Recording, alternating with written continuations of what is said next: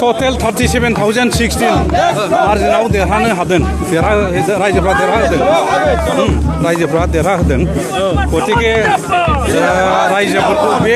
आं देरहानाय नङा बे आं देरहानाय नङा बेवहाय मित्र जथनि लिडारफोरानो देरहाजोबदों गासिबो आसामनि chief minister doctor Himanta Biswa Sharma लोगोसे जोंनि UPP दलनि आफादगिरि प्रमद बर' सार